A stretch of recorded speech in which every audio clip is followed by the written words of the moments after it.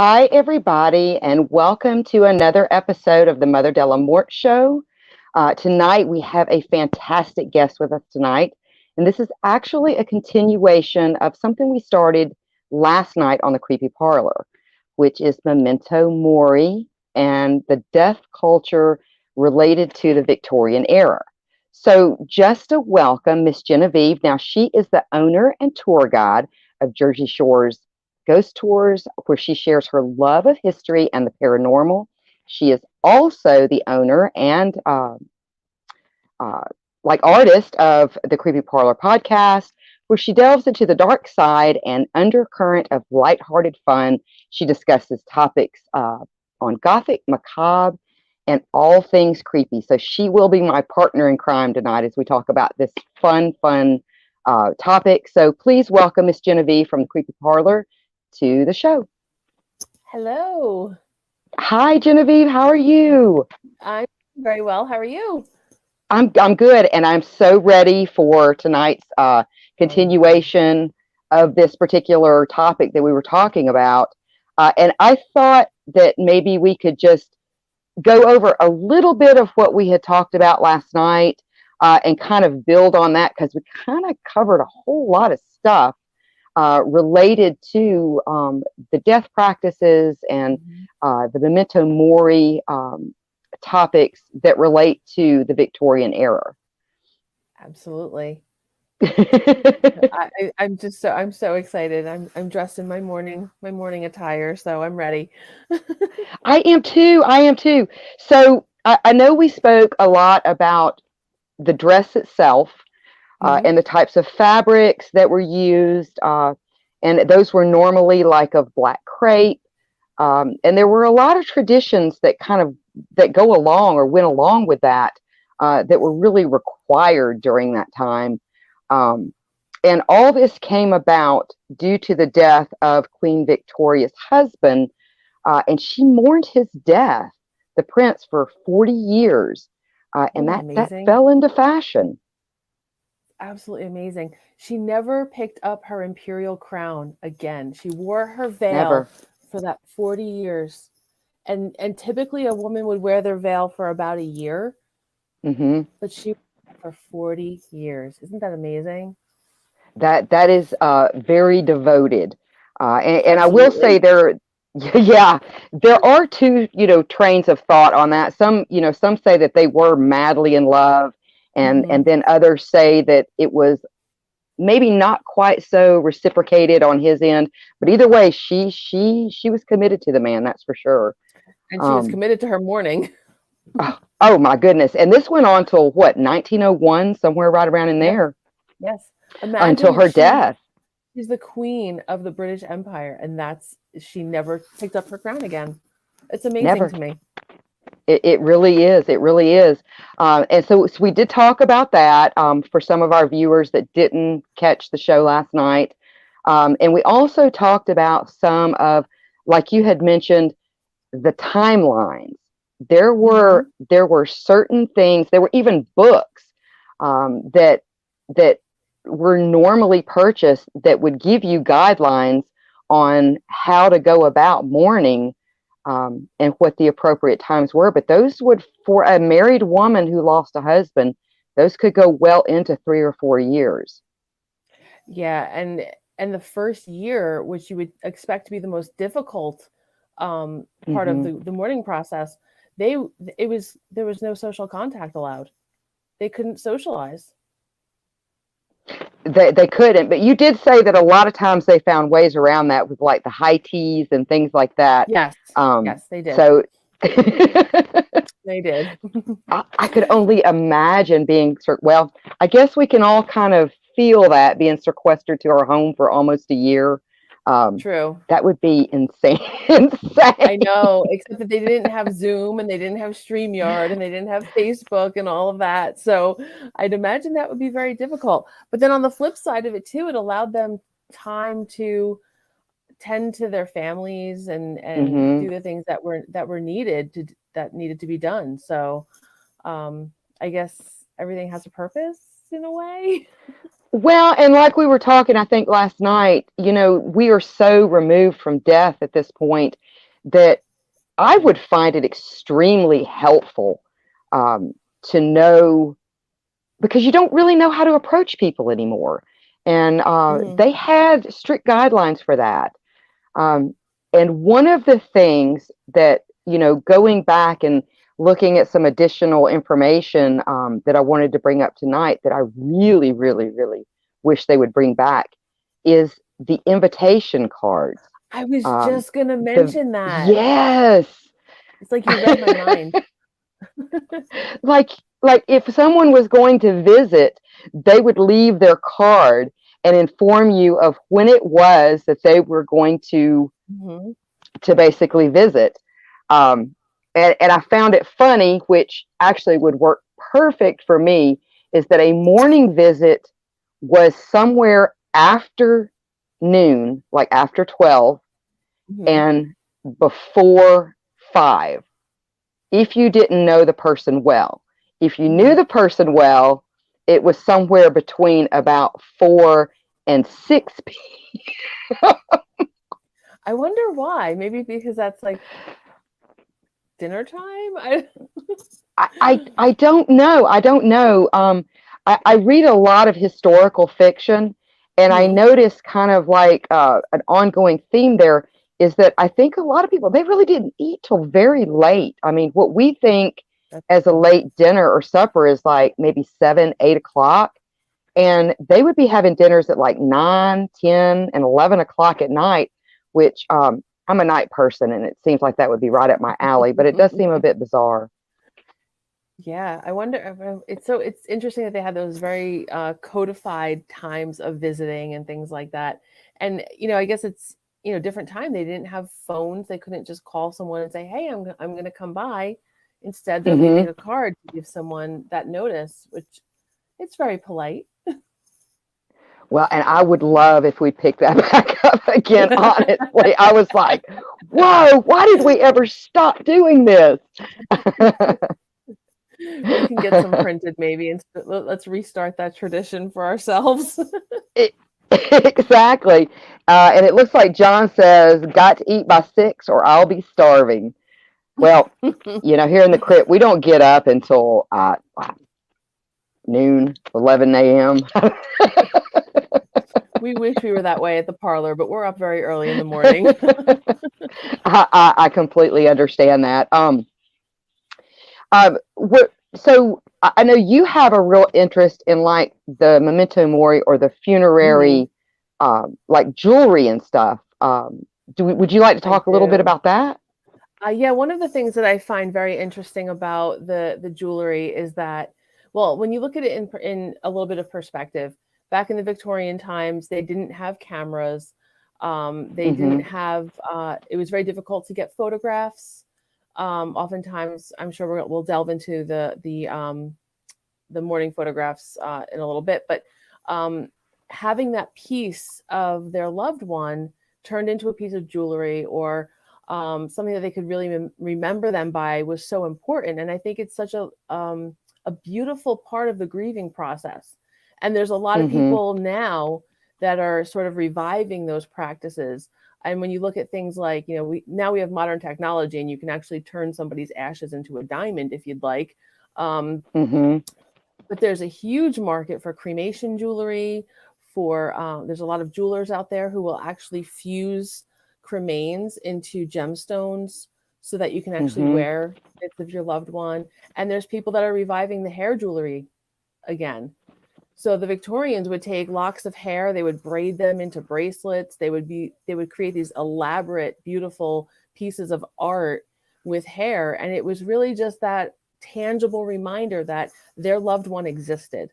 And I just find that to be so beautiful and so fascinating.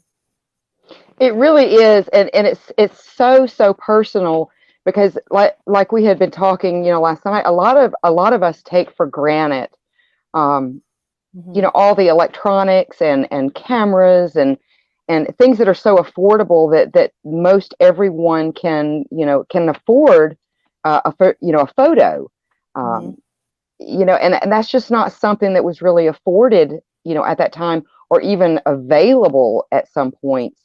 And it's just really sad because I was reading something and they were talking about, because of the cost and um, just the rarity of it, that usually funerals were the only time that a family had the time, ability, or means to even do a photograph together. True. It's true. And you see a lot of the pictures where they almost prop up the deceased and they look like they're just sleeping. Or sometimes they actually prop them up to stand them up for the photograph. They do, and I know that there have always been funeral directors, but they really really didn't come into their own until the Victorian period. From best I Mhm. can understand, that's when the actual funeral director really became front and center, with you know taking care of the bodies and things like Mhm. that.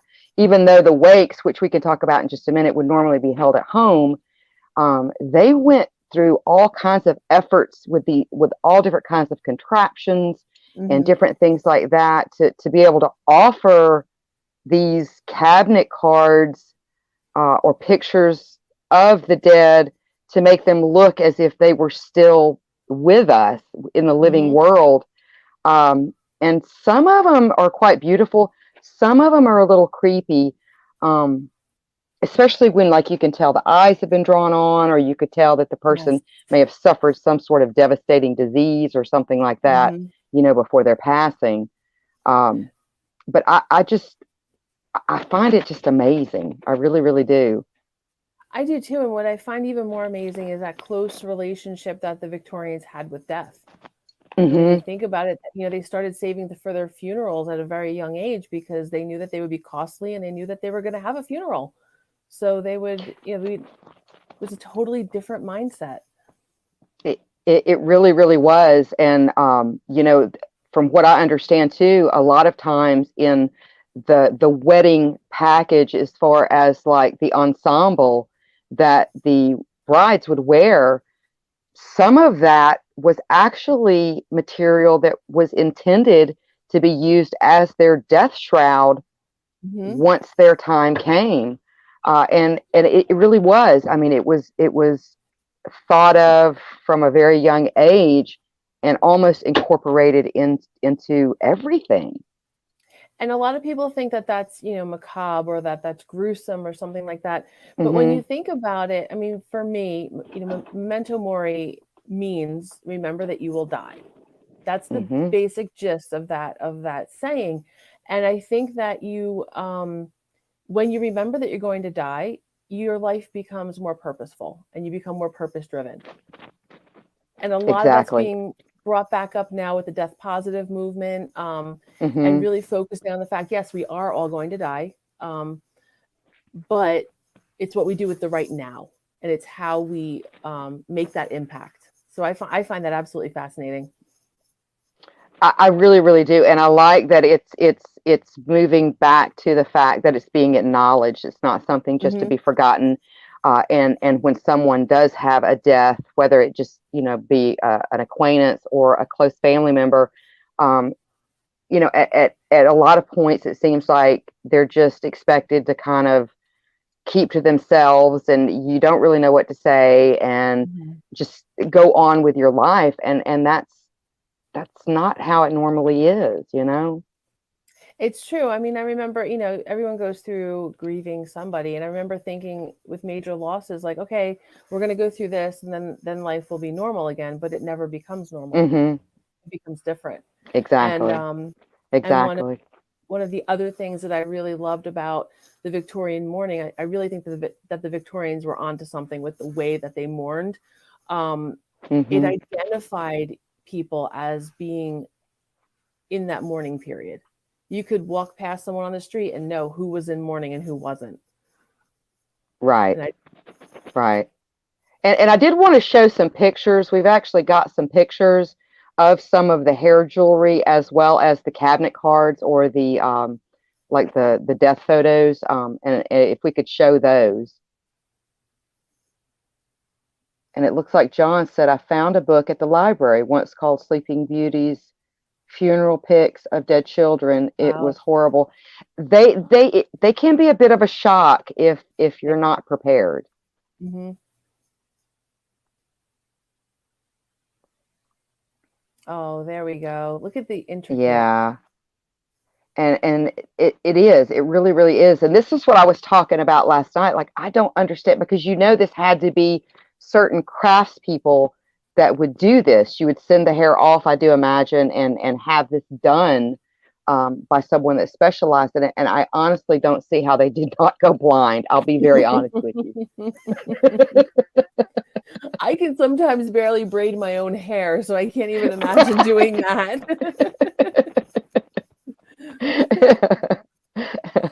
Exactly. And as far as like the wakes and things like that, those, especially for some of our younger viewers, it was normal practice that the wakes would normally last about 4 days, because they had to ensure that, first of all, the person was actually dead and not in a coma. Yeah, Because that's that was a that's problem. a rabbit hole we could get down. Well, and I've actually got a couple of notes tonight to talk about some of the ingenious ways that they tried to avoid that happening. Excellent. Yeah. So, but yeah, the wakes were normally held at the home, and different families might have different ways of going about that. I know when I was growing up, as young as maybe 5, and that's about the time that it stopped. I can remember wakes being held at the home prior to the actual, service. Mm-hmm. And at least for us, if it was a male, the males would normally sit up. Of course, the wife would too. But and if it was a female, then the females would sit up. And I know that kind of varies from area to area, especially if you get into like Irish wakes and things like that. But to Finnegan's me, Wake, yes. it just, yeah, Finnegan's Wake. It just seems very personalized, that you're keeping that loved one with you until it's time to actually depart, if that makes any sense. I think so, and I think that gives people more time to process. Mm-hmm. When you have that person's body with you for longer, and a lot of times the people in the home, the family members, who are cleaning the body, dressing the body, and Mm-hmm. spending time with their loved one, it allows you to process the fact that the unthinkable has happened. It's I think it's probably healthy to have that interaction in a way. I think so too. And not to get into like a depressing topic, but we're talking about death. We're talking about the Mm-hmm. Victorian era. I think that for me, I would think psychologically that might actually help people that had lost younger children too. To Mm-hmm. be honest, I think so. yeah. So just on that note too, one of the things I meant to bring up last night and Mm-hmm. didn't was the concept of morbid desire. So there Okay. was this whole thing where particularly women wanted to spend more time with the deceased, and oftentimes they would go and they would revisit the tomb. They would actually go into the tombs and look at the body as it was decomposing, and it was almost like a Mm-hmm. sense of trying to process the fact that this person had died, and that was a Mm-hmm. relatively common thing at that time. Yeah, and it seems so far removed now to even Absolutely. consider something like that. I couldn't even imagine it. No, I couldn't either. I couldn't either. And I think that probably has more to do with just what we're conditioned, um, Oh, as a definitely. human being with society and things like that. But um, yeah, and that kind of leads into, some of the precautions that they took to ensure that, people weren't buried alive, such as the safety coffins, Oh, I where find these so people, fast, so intriguing. aren't they though? I mean, these things varied from a simple, bell that was attached, at the very top, at the top of the ground, and the people would be buried with a rope in their hand, to where if they did wake up, they could ring the bell. Mm-hmm. Um, to let people know that, hey, I'm Dig still me up. here. Dig me up. And that's that's another thing too. Edgar Allan Poe really talked a lot about premature burials and being buried alive and things like that. One of the reasons that he wrote about it is that he was terrified of it himself, but also Hmm. he was reflecting what the popular fears were at the time. He was writing about things that people wanted to hear about, and people were really afraid of that, and it was a legitimate fear because modern science could not always identify at the time that somebody was fully dead. Well, this is true, and I was actually listening to a podcast last night, actually, that it wasn't until 1838, I want to say, before they actually even realized how to check for things such as arsenic poisoning. So I think that Wow. some sort of like diabetic coma or injury or Mhm. something like that that could bring on a coma would be a very, very real possibility and fear. And Mark, just a moment ago, brought up a comment, which, and you're exactly right. Saved by the bell. That's exactly where Yes. that saying came from. Yep. Yeah, and there were so many different, there were actual guards at the cemeteries that would sit there and listen for those bells. Hmm. Hmm. And actually, they've taken it down off the website. I guess just because it is quite morbid, I guess. But we have a Victorian cemetery here in the city near us in Atlanta Mhm. called Oakland Cemetery, and one of their very, very first interns was a doctor, and he was terrified of being buried alive. So his request at death was to be slit from ear to ear with a knife or scalpel Oh, to ensure that he was dead before they buried him. Yeah. well, that's definitely insurance. Right. That is definitely insurance. I personally would rather wait a couple days and see if I wake up, but to each his own. Well, he was a doctor. If a doctor's worried, then there may have been a problem in that area with this at some point. I'm But I'm sure. And that's where some of the vampire legends come from too. hmm People not quite being dead. that and apricot pits. Apricot pits. Gray. Yes, the tannins in apricot pits. They found that graves that were buried under an apricot tree, it preserved the body almost as if what it looked like when it died. Oh. But of course, due to the gases and things like that in the body, the blood Mm. would be right here on the lips. And yeah, yeah. So I Wow. always say, bury me under an apricot tree.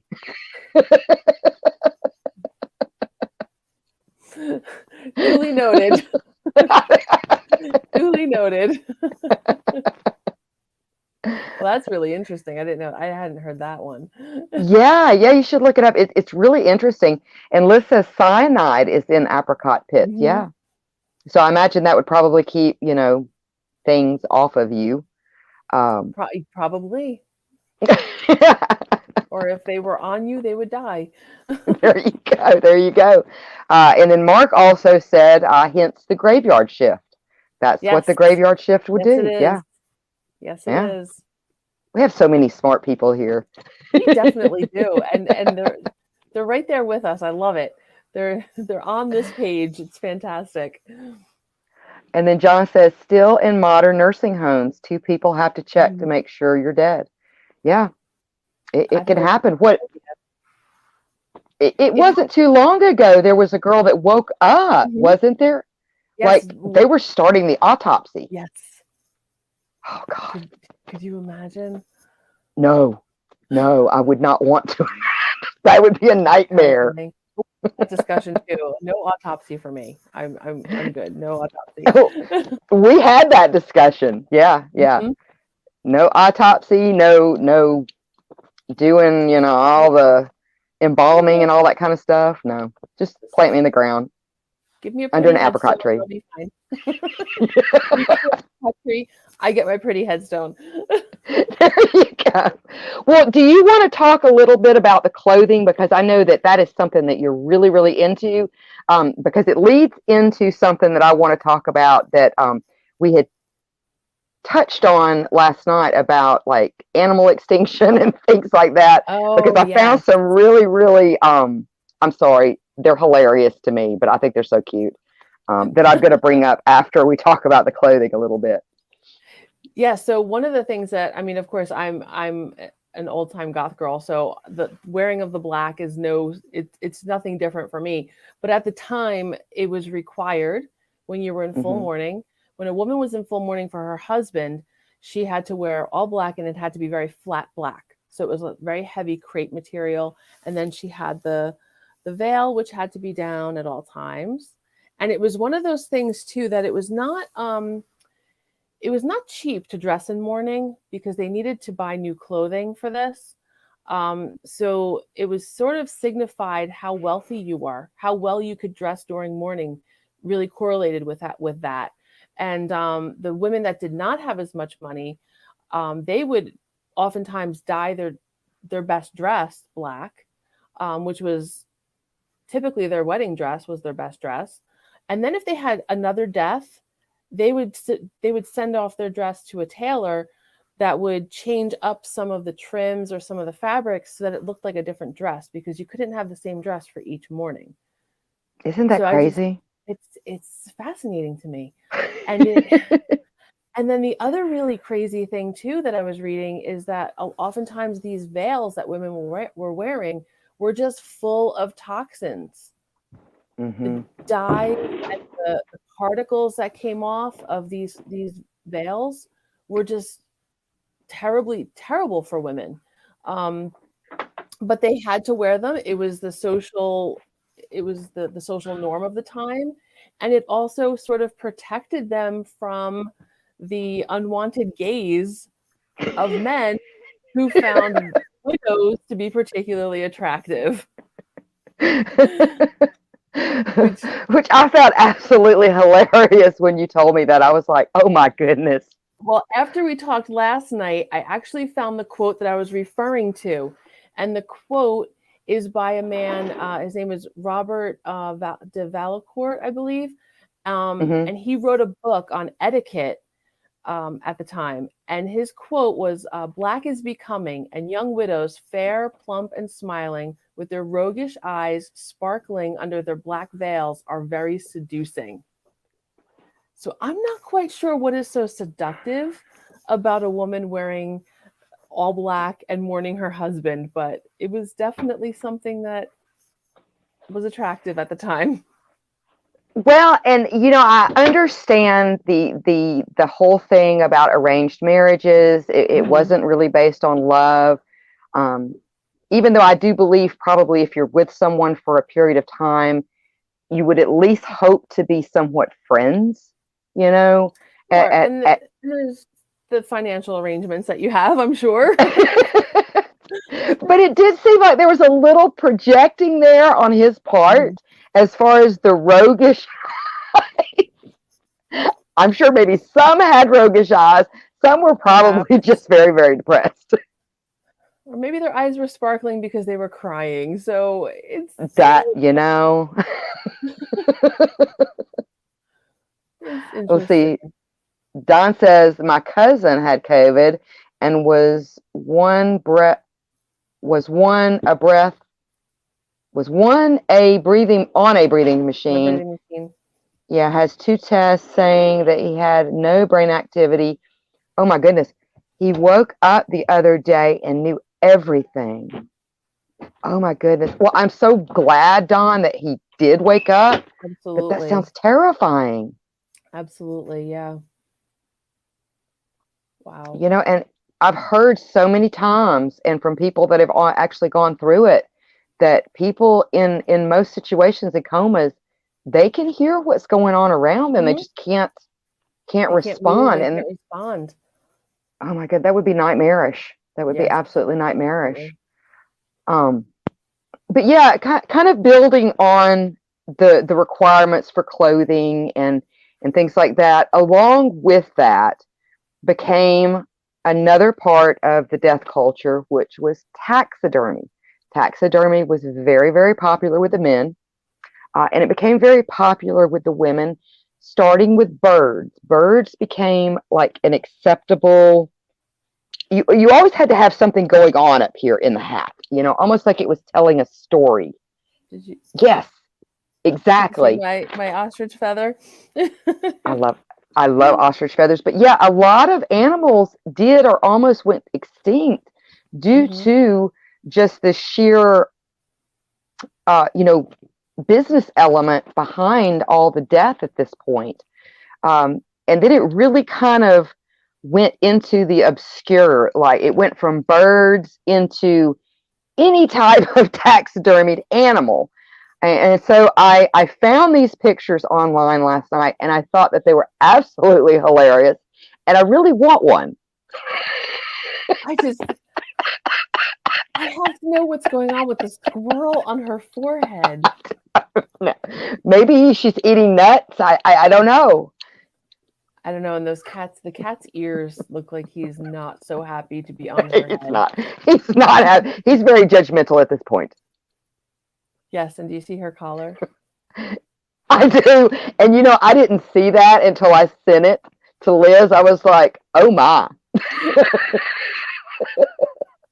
Interesting. Definitely a cat lady, huh? I guess maybe she has a sister named Fanny. I don't know. It's it's fascinating. Absolutely fascinating to me. I love my cats. I can't imagine wearing one.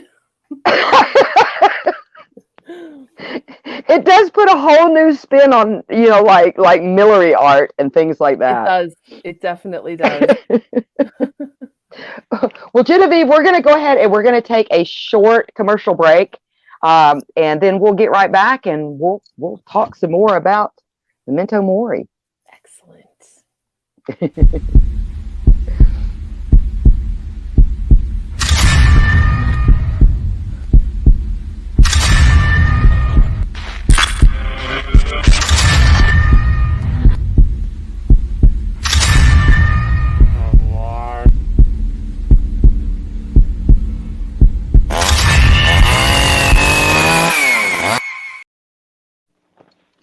And we're back. I told you it was short. That was very short.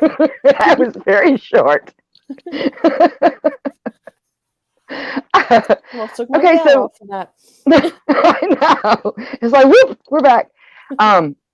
So yeah, so along with all the requirements and responsibilities of clothing and different things like that, there were quite a few superstitions that went along with what you should and should not do when someone passed away. If they were, within your home group. Um, one of those was covering mirrors, because they did believe that not only could the deceased loved one's soul be trapped, but there Mhm. was some belief too that, especially if there was a mirror in the room that may have reflected on the person that had passed, that it could be really, really bad luck for another person to stare into that mirror, because it could portend death It's for someone in the fascinating, isn't it? family. It is. And there were so Um, many ways to die then that they're just adding to the paranoia of it, aren't they? oh, they are. I mean, I've read some of these lists, and it's like even if a bird flies sideways on Tuesday, da da da da da, or if a picture falls off the wall, that means somebody's going to die. And I'm like, okay, so we're all going to die, Yes. and just about everything that they're mentioning could happen for no Mhm. good reason. Well, I think they're also seeking to blame something or to have some control over death. There was death going on everywhere. And if you can have your superstitions and you can avoid those things, maybe you have some control. And that makes a lot of sense. It makes a lot of sense. I mean, I know that people as a society had to deal with death almost on a daily or weekly basis Hmm. through time until we got more into the enlightened period with medicine and things like that. But it's just so astounding that the action of one person, now granted she was royalty, could bring such fascination and almost obsession with something that had been occurring normally through time. It's just fascinating. It really, really is. Yeah, I mean, look, the royals still dictate fashion at some point, right? Princess Diana, everybody loved her fashion sense. It was the 80s. So it's still, they have so much influence. And this just shows exactly how much influence they really had at the time. It really, really does. And talking about like we went from like what would have been the Georgian period, which would be like the antebellum and like really, really big crinolines and all that kind of stuff, into like the Victorian or the 19th century, which still kind of had that that feel, with some of the way that the dresses, and the undergarments were made, and what was considered fashionable. But even, as we get into the Edwardian period, because certain diseases such as, and I know we spoke about this last night, tuberculosis or consumption was very, very prevalent. That what I found fascinating is that not only did that particular disease come into fashion, but it actually affected fashion, as far as you do start to see the raising of the hemline, because a lot of the clothing, because it would drag the surface of the streets and things like that, were more apt to bring disease into the home. Yes, the rest of my dress is actually a very long train and a bustle, and sometimes I carry leaves home. It happens. I mean, we're seeing it today with the pandemic. People are getting pretty fashionable with their masks and stuff too. So whatever's going on, people want to get creative and they want to reflect what's going on in the environment. So I can absolutely see how tuberculosis is going to affect so many different things, not just interactions, but it affected art. It was considered a disease of the artists. So people wanted to mimic that. They wanted to seem like they were artists, and they would. Do you want to talk about the color on the? Oh yeah. That was your story. Because well, and that's fine. But yeah, I did find it fascinating that we think of the Victorians as being all prim and proper, which they were, probably 90% of the time. Just because of the social constraints and responsibilities and things like that. But what I did find fascinating is that tattooing was actually a secret pleasure of theirs, and was actually quite in fashion, even with the higher status women. Butterflies were in particular favor, as far as the types of tattoos they would get. But getting back to the tuberculosis, it would give you a very fair complexion because you weren't getting enough oxygen. It would also give you a very flushed look because it had something to do with the capillaries and the busted capillaries, but it would give you a very maiden looking complexion. It was something to be sought as far as wanting to mimic that. And some women of means would even go as far as having that blushed look lightly tattooed on their face. That's a commitment. That is a commitment to fashion.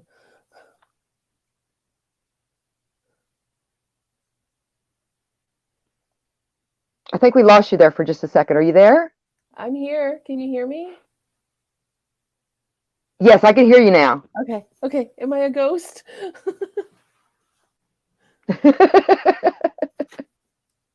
It's the ghost in the machine. Oh my goodness, Liz, don't try to put the cat on your head. That won't work out well. All right, Liz says, I just tried to put on the cat on my head as a hat. It didn't work out very well. He is currently attacking me. That is definitely a way to get yourself dead. Definitely. But let's go. I'm going to go back to what we were talking about, because I don't know if it was my connection or your connection, but something was going on there. So you were talking about the flushing of the cheeks and things.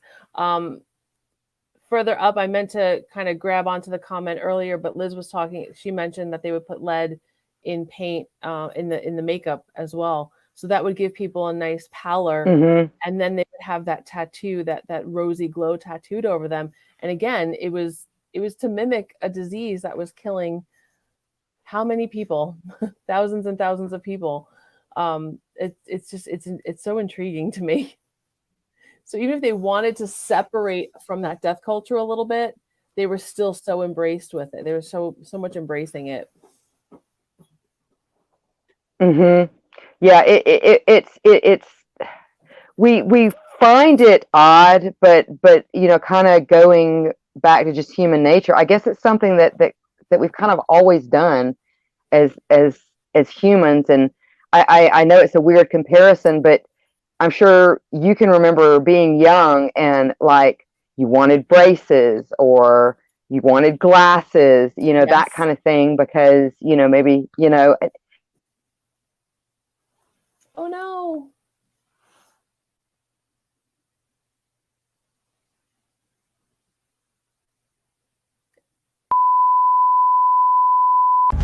This is Mr. Applewhite speaking. There is nothing wrong with your device. Join me here on Psycho Bunny DC. A delightfully dreadful consternation of horror content. Turn ahead. Are we back?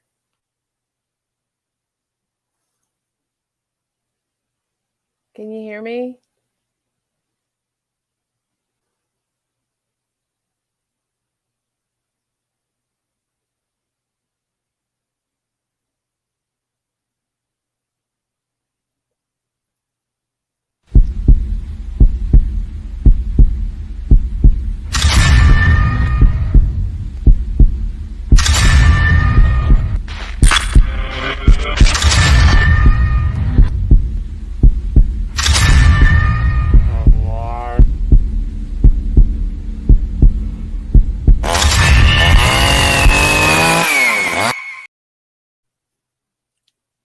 Hello again.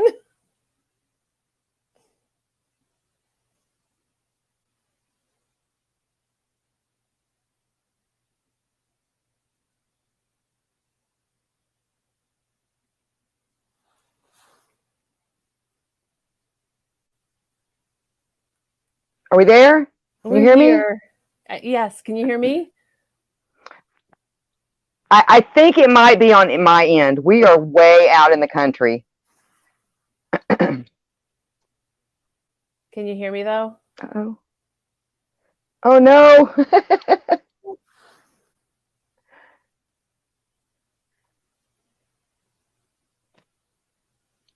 Can you hear me? Testing. I can hear you. Okay, you can hear me. Okay. I am completely frozen. You aren't frozen here. You're moving here. Okay. You sound great. All right. I've got a lot of feedback on my side. So let's do this. Since I think it's on my end, if you want to let everybody know like where they can find you, Sure. I know that you have Creepy Parlor here on Psychomantium 13 on Tuesday nights. And we're so excited about that. We're so glad to have you here. But just let everybody know where to find you, and also how they can get in touch, and with your ghost tours as well. Sure. So for the Creepy Parlor, I'm on WLFE-DB and also Psychomantium 13. We have a Facebook page set up for the Creepy Parlor, so you can find me there. You can also find me on JerseyShoreGhostTours.net. That's my ghost tour website. The really exciting thing that I'm doing with the ghost tours now, since we really can't tour too much in person, is we're going to start offering some more virtual ghost tours. So you guys who aren't local to us, you can actually see my haunted little town. I'll take you for a nice little tour and you can see some really cool places. So you can find that on JerseyShoreGhostTours.net or Facebook, Jersey Shore Ghost Tours. And we also have an Instagram set up for that. In addition to that, I'm one half of the Sinister Sisters here on Psycho Bunny DC, Psychomantium 13. My sister and I have a show every other Saturday at 10 p.m. and we talk about all sorts of creepy stuff. So that's all I got. Oh, and I should also mention, and we love the Sinister Sisters too. And I should also mention I'm also Dom's co-host on Monday night with Real Talk with Dom. Well, guys, I hate to cut it short, but I do believe that the electronic issues are on my end because, you know, the crypt is way out here in the middle of nowhere. So, Genevieve, I really do appreciate you joining us tonight. And we'll have to get you back. Hopefully, you know, once everybody kind of opens up and you're able to start doing your ghost tours again and things like that. And you can come back and maybe we can do a segment on those because I know you've got all kinds of interesting stories. That'd be fun. Thank you so much for having me. This was great to do a two session little show. It was. And see, now it's cleared up. You're moving. I can hear you. But I know that you've got an early morning in the morning, so we're going to go ahead and we're just going to end a wee bit early tonight, guys. I hope that you guys have a pleasant weekend, and definitely stay tuned for all our other content artists that will be coming up throughout the week and weekend. And pleasant nightmares, everybody. Bye. Thank you. It's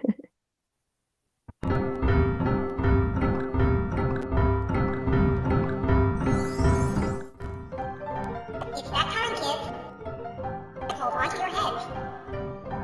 Join Psychomantium 13. Each week for thrills, chills, and a horrific good time. Don't lose your heads. Join Psychomantium 13 and enter the weird.